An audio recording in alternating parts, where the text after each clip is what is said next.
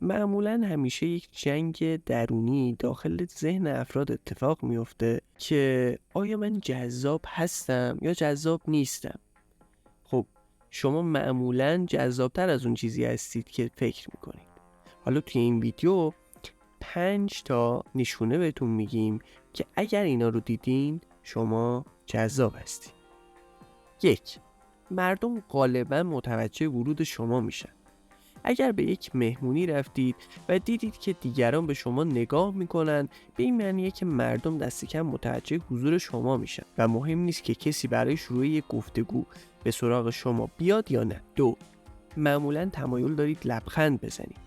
خلق و خوی مثبت به خودی خود جذابه و اگه دوست دارید لبخند بزنید و قادرین از لحظه لذت ببرین، مطمئن باشید که جنس مخالف واقعا به شما علاقه‌منده.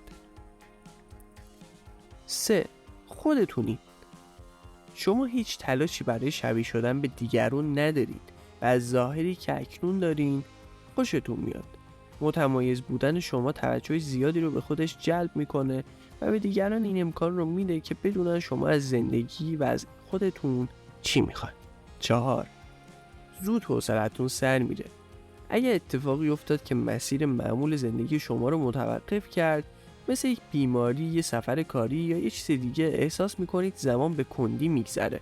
شما به برقراری ارتباط با افراد زیاد، قرار ملاقات و دیدن دوستاتون عادت دارید و حتی اگر از تنهایی لذت میبرید، انزوای اجباری شما رو آزار میده. 5. مردم برای شما پیام میفرستند یا با شما تماس میگیرند.